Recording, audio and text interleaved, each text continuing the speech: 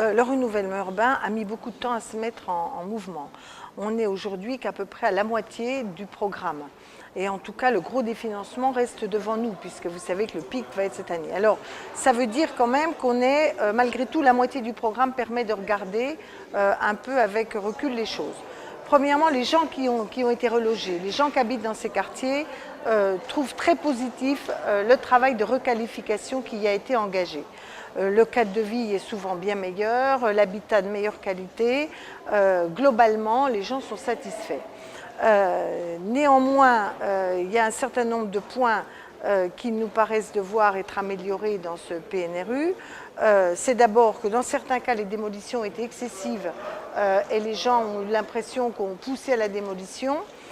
Et que dans certains cas, il serait plus judicieux de faire quelque chose qui soit entre la démolition et la simple rénovation, ce que les Anglais appellent le rebuilding, c'est-à-dire une reconfiguration globale. La deuxième chose, c'est quand même que la politique de la ville n'a pas été au rendez-vous. C'est-à-dire tout le travail humain, c'est bien de s'occuper du bâti, mais si on ne travaille pas sur l'humain, l'éducation, la sécurité, les services publics et tout ça, là, eh ben, on voit la limite du dispositif. Or, autant le renouvellement urbain a avancé, autant la politique de la ville a reculé. Troisième phénomène, c'est effectivement le grand enjeu de la mixité sociale. De quoi s'agit-il? D'éviter qu'il y ait de la ghettoisation ou le communautarisme ou le repli ou même, pas sans qu'il y ait repli, la marginalisation d'un certain nombre de quartiers. Alors, les choses sont contrastées. Il est clair que la mixité sociale n'a pas fait un bond qualitatif suffisant. Mais le message que nous disons, c'est pour que la mixité fonctionne dans les quartiers, faut-il encore qu'on ait construit des logements sociaux hors les quartiers? Car sinon, il y a un effet de concentration qui se poursuit. Donc nous lançons aussi un autre appel, il faut construire partout du logement social bien inséré et un logement social abordable. La troisième chose, c'est que l'accession sociale à la propriété a été un bon levier pour maintenir dans le quartier des populations populaires, mais bien intégrées dans la société, qui seraient parties si cette accession sociale n'avait pas lieu. Donc nous soutenons le maintien de politiques favorables à l'accession sociale à la propriété, notamment la TVA 5.5, dans ces quartiers. Donc le bilan de la mixité sociale est contrasté. La dernière chose qui fait sans doute que ce bilan est contrasté, c'est que peut-être a-t-on trop reconstruit vite sur le même site, alors qu'on aurait dû reconstruire hors du site et peut-être attendre que la qualité de vie soit plus lisible pour que des populations en situation sociale plus favorisée soient tentées de venir dans ces quartiers.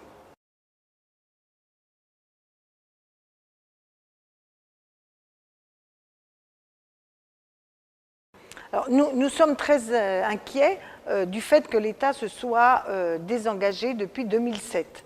Je rappelle qu'en 2004, quand cette affaire a été lancée par Jean-Louis Borloo, par le gouvernement de l'époque et le président de la République Jacques Chirac, à ce moment-là, on nous a dit on va sanctuariser les crédits de l'ANRU, qui est l'agence qui gère ce renouvellement urbain. Force est de constater qu'un changement de président, 2009, changement de politique, on ne finance plus par l'État. Alors, à quoi fait-on appel? Parce que quand même, il y a eu des financements. Dans ce financement de l'ANRU, on sollicite les crédits du 1% logement, qui sont les crédits pour le logement des salariés, et on le sollicite à travers une subvention. Ce qui veut dire qu'à terme, à la différence de système de prêt, il n'y a pas de retour de l'argent. Donc on assèche les ressources du 1%. Et deuxièmement, ces ressources, si elles vont à l'ANRU, elles ne vont pas à la construction de logements sociaux. Et nous avons besoin de construction de logements sociaux. Donc ce système de vase communicant a asséché les chances du renouvellement urbain, car comme je vous le disais auparavant, on réussira dans les quartiers si on construit du logement social hors les quartiers. Donc nous ne sommes pas d'accord au Conseil économique et social pour continuer à financer l'ANRU en ponctionnant massivement presque le 1% logement. Nous ne sommes pas non plus d'accord pour le financer par une ponction sur les organismes HLM qui sont les gros financeurs du renouvellement urbain. L'essentiel de l'argent ne vient pas de l'État et de l'ANRU, il vient des collectivités locales, des HLM. Donc nous disons qu'on doit trouver des nouveaux financements. Comment faire? D'abord restaurer une certaine participation budgétaire de l'État, et nous plaidons pour qu'il y ait une ressource propre qui garantissent dans la durée des recettes à l'ANRU. Alors nous listons toute une série de pistes qui vont de la taxation des immeubles de haut standing à une contribution aux opérations d'aménagement en matière de mixité sociale, ou même l'idée qu'il n'est pas absurde de dire toute la TVA que l'État touche pour le renouvellement urbain, il le reverse en subvention, puisque pour une cause aussi républicaine, aussi essentielle pour l'avenir de notre pays, est-il bien légitime que l'État fasse des bénéfices, si je puis dire, et des recettes fiscales. Donc voilà, nous ouvrons des pistes, évidemment, le Conseil économique et social ne peut pas arbitrer en lieu et place des politiques.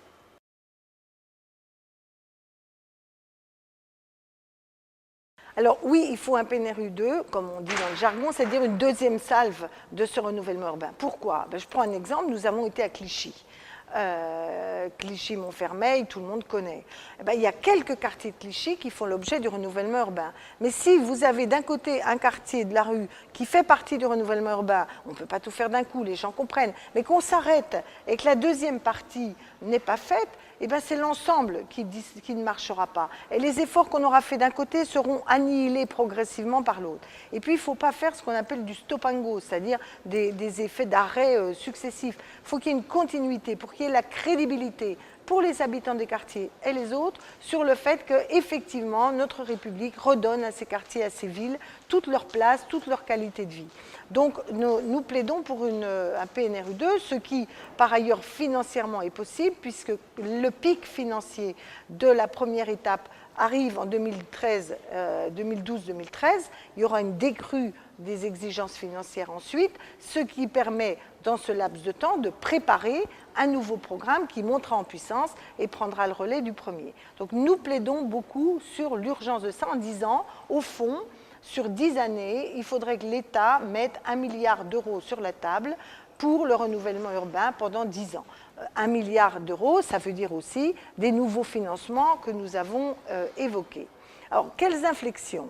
La première grande inflexion, c'est de dire on ne peut pas faire que de l'urbain sans faire de l'humain. Donc nous demandons explicitement qu'il y ait une relance de la politique de la ville et une mise en commun des objectifs qualitatifs de l'urbain avec les projets humains, notamment dans des directions prioritaires. L'éducation. Là, nous demandons dans les conventions, on demande à l'éducation nationale d'être proactive. Nous voulons que l'éducation mette sur la table, lisible pour les élus et les habitants, sa stratégie de reconquête éducative dans les quartiers qui vont faire l'objet du renouvellement urbain.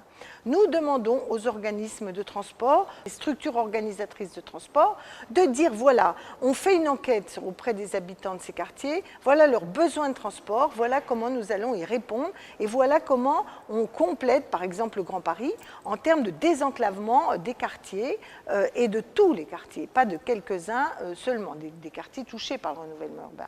Nous demandons un gros effort sur la sécurité.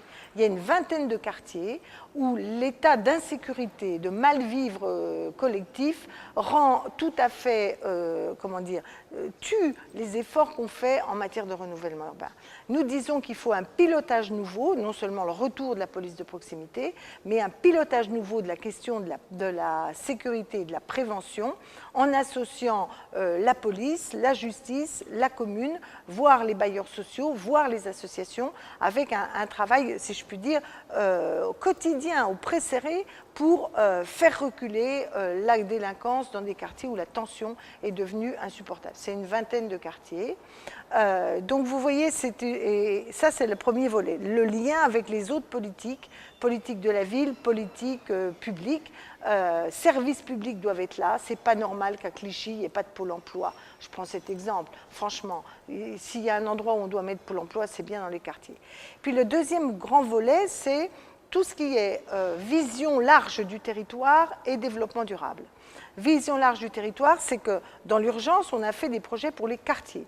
Nous voulons que ce soit à travers les agglomérations et pas seulement à travers le maire que soit fait l'accord pour le nouveau renouvellement urbain. car on ne réussira pas dans ces quartiers si ce n'est pas dans un plan d'ensemble, désenclavement, répartition du logement social, accès aux services publics, et que l'ensemble d'un territoire s'approprie la requalification des quartiers. Le niveau des agglos nous paraît le meilleur. Et le développement durable, ça veut dire qu'il faut que sur la qualité du bâti, sur la manière de penser l'urbanisme, sur le rapport à la nature, sur la participation des habitants, il faut absolument changer de braquet. Je termine sur la participation des habitants. Les gens sont contents, mais il n'est pas sûr qu'ils se sentent plus citoyens. C'est-à-dire qu'on les ait mis dans le coup de la réflexion sur ce qui allait être fait pour eux. Et donc, nous pensons qu'il y a des méthodes qui pourraient être utilisées pour qu'ils soient plus participatifs, mieux entendus et qu'ils se sentent partie prenante du renouvellement urbain. Je termine sur la finalité. Nous pensons que c'est une grande cause républicaine qui doit fédérer les énergies, qui doit partir des territoires, mais avec une forte implication de l'État. Et nous pensons aussi qu'il faut que les citoyens s'approprient cet enjeu. La République, elle doit être visible dans nos territoires.